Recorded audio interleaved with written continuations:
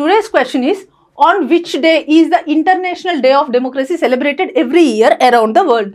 ప్రపంచవ్యాప్తంగా అంతర్జాతీయ ప్రజాస్వామ్య దినోత్సవం ప్రతి సంవత్సరం ఏ రోజున నిర్వహిస్తారో అన్నారు. మనకి ఇక్కడ ఆప్షన్స్ ఏమున్నాయి? September 5th, September 10th, September 15th and September 2. మనకి ఇక్కడ కరెక్ట్ ఆప్షన్ వచ్చేసి September 15th. So every year September 15th రోజున ఇంటర్నేషనల్ డే ఆఫ్ డెమోక్రసీని సెలబ్రేట్ చేసుకుంటున్నాం. అసలు ఎందుకు సెలబ్రేట్ చేసుకుంటున్నాము దీన్ని అంటే, యునైటెడ్ నేషన్స్ ఒక రిజల్యూషన్ పాస్ చేసింది అనమాట. ఎప్పుడు? November 8th, 2007లో ఒక రిజల్యూషన్ పాస్ చేసింది. అంటే ఎవ్రీ ఇయర్ September 15th రోజున ఈ ఇంటర్నేషనల్ డే ఆఫ్ డెమోక్రసీని మనం సెలబ్రేట్ చేసుకోవాలి అని. సో 2008 నుంచి మనం దీన్ని సెలబ్రేట్ చేసుకుంటున్నాం.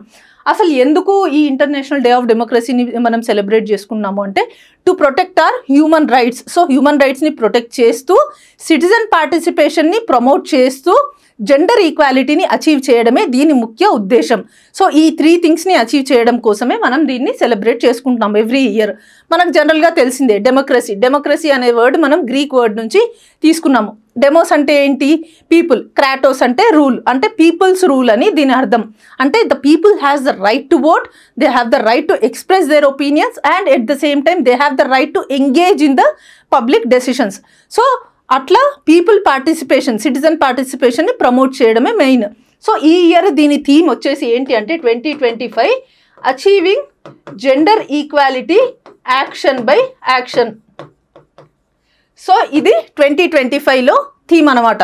అచీవింగ్ జెండర్ ఈక్వాలిటీ అంటే ఏంటి? జెండర్ ఈక్వాలిటీ అనేది మనకు ఒక సబ్జెక్టో ఒక కాన్సెప్టో మాత్రమే కాదు. దాన్ని మనం అచీవ్ చేయాలి అంటే ఒక్కొక్క స్టెప్ వేస్తూ, ఒక్కొక్క స్టెప్ని ఇంప్లిమెంట్ చేస్తూ, దానికి తగ్గట్టుగా ఏవైనా పాలసీస్ తీసుకొచ్చి, లాస్ తీసుకొచ్చి జెండర్ ఈక్వాలిటీని మనం అచీవ్ చేయాలి అంటున్నారు. జెండర్ ఈక్వాలిటీ అచీవ్ చేయడం అంటే ఏంటి? ఉమెన్కి ఈక్వల్ రిప్రజెంటేషన్ ఇవ్వడము, వాళ్ళ పట్ల జరుగుతున్న ఏవైతే వైలెన్స్ ఉందో దాన్ని ఎలిమినేట్ చేయడము, and at the same time వాళ్ళకి ఫ్రీడమ్ ఇవ్వడము, ఇండివిజువల్ ఫ్రీడమ్ ఇవ్వడము, ఇవన్నీ జెండర్ ఈక్వాలిటీలో భాగమే అనమాట.